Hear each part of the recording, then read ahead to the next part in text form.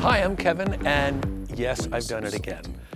This is my new Rover P5B. Now, let me tell you why. You're probably asking yourself, wait a minute, how did you go from a TR4 to a Rover P5B? Here's how. Well, it all began here, right across the street, the Ministry of Defense. Now, I used to live right around the corner, and every day on the way to college, I would pass that building, and in front of that building, 4 black Rover P5Bs with their chauffeurs polishing the cars, waiting for the gentleman to come bounding out of the building, jump in the back seat of the car, and roar away in that gorgeous V8. And I came to 2 conclusions. 1, I want that car, and B, I want to be him. Here's the logo of this car, you can probably see. And it's a Norseman, like, you know, from like the Vikings. And this was the original logo thinking behind this car, which Rover meant people who traveled and were adventurous, but also traveled in sturdy vehicles. And this was the symbol of this original company, which made bicycles and subsequently cars that we now know to be the famed Rover.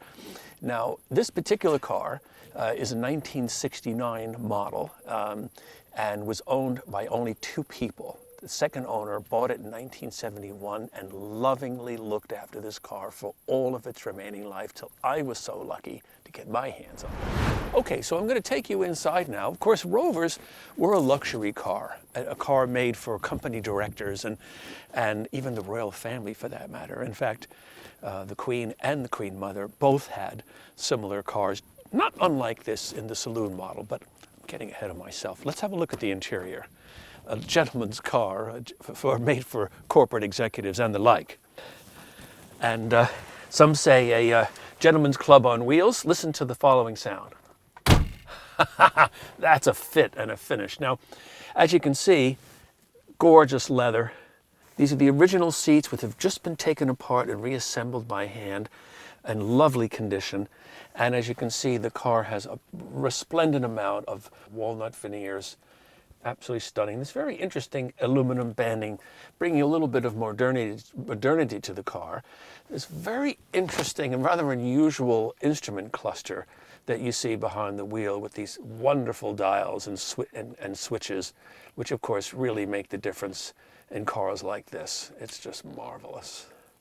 Notice there's the Norse logo in all its glory, which represented the strength and durability and adventurousness of the Rover brand. This car, of course, is an automatic, a Borg-Warner 3-speed, beautifully silky smooth, lovely drive, and it really held up quite well. This particular transmission actually was rebuilt about 10 years ago and runs beautifully. Of course, Rovers were designed to be very reliable, incredible cars, but in case it did break down, observe. You're probably wondering now, Mr. Allen, what are you doing? The toolkit, with all the basic tools you need to repair your Rover. But of course, it doesn't need repairing, does it? Because it's a Rover.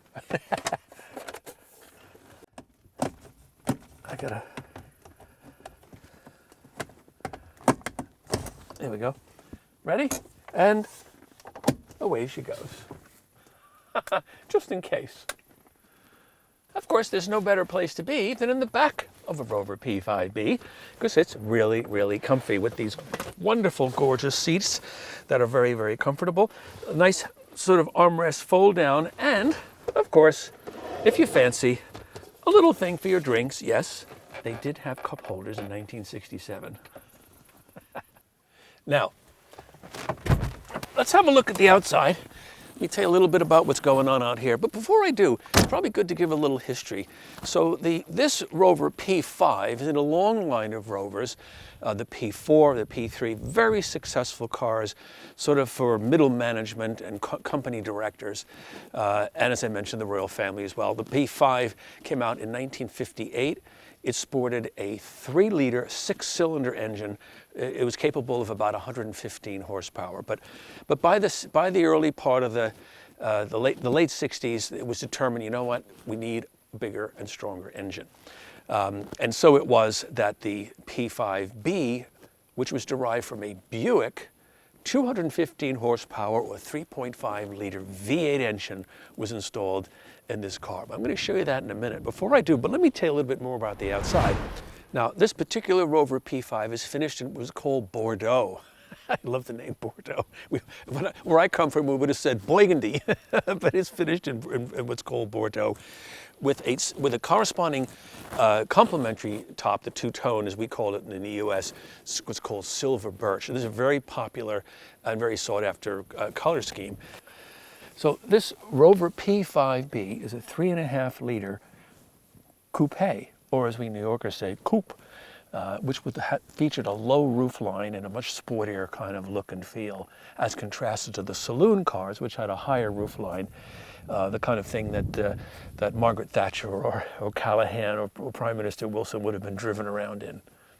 Also, you notice that these wonderful, wonderful wheels, these were very much part of the coupe, the sort of sporty version of the P5B, with these wonderful sort of alloy type wheels, very much sort of consistent with and appropriate for a sportier car that was found in the coupe version of the P5B, which I really love. But contrasted against this more stately saloon models that the ministers drove around in. The saloon car was owned by none other than the late Queen Elizabeth and the Queen Mother, who reportedly ordered a pair in a very special color green, and with one additional feature, of course, apart from the telephone. You ready? Shag carpeting. Who would have thought? Another wonderful little feature I'd like to show you is these fantastic fog lights. These were added much later in the later models of the P5B. I think they're really snazzy and add a wonderful dimension to it, as well as the little bumper overriders that add it. Another little feature is this. In fact, stand by while I show you something very cool.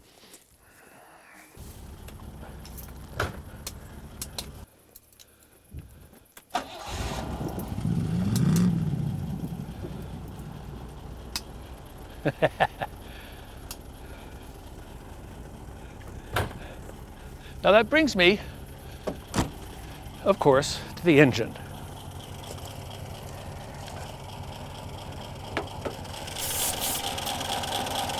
The B in Buick P5B, of course, stands for Buick. Not that many people know that, but originally this car had, as I mentioned, had a 3-liter 6-cylinder engine.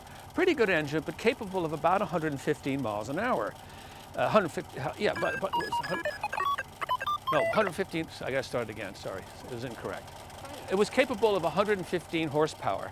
So a lot of competition was happening, so by 1967, the Rover people decided we got to find ourselves a V8. So the Rover people went to General Motors and sourced this small block aluminum cast V8 engine that has powered many, many a British car, but certainly the Rover P5 among them, capable of 160 horsepower. So it was a very big difference, as you can see from here. Sporting twin SU carburetors, and really was the bee's knees, and still is, an engine that propels this car pretty nicely, I'd say. Yeah? There's just the power steering reservoir. It's just also quirky and wonderful. A little bit of magic that I did was to add a commercial size coil. Yes, this makes a huge difference in some of the electrical problems that we've sorted out and ironed out in this car. This crazy alternator is connected. This is not built in. This is the voltage controller and the voltage relay together, which all makes the voltage thing controlled. But boy, is it a bear to work with. And it was an act of love and affection in taking good care of this car, and I'm trying to do the same myself.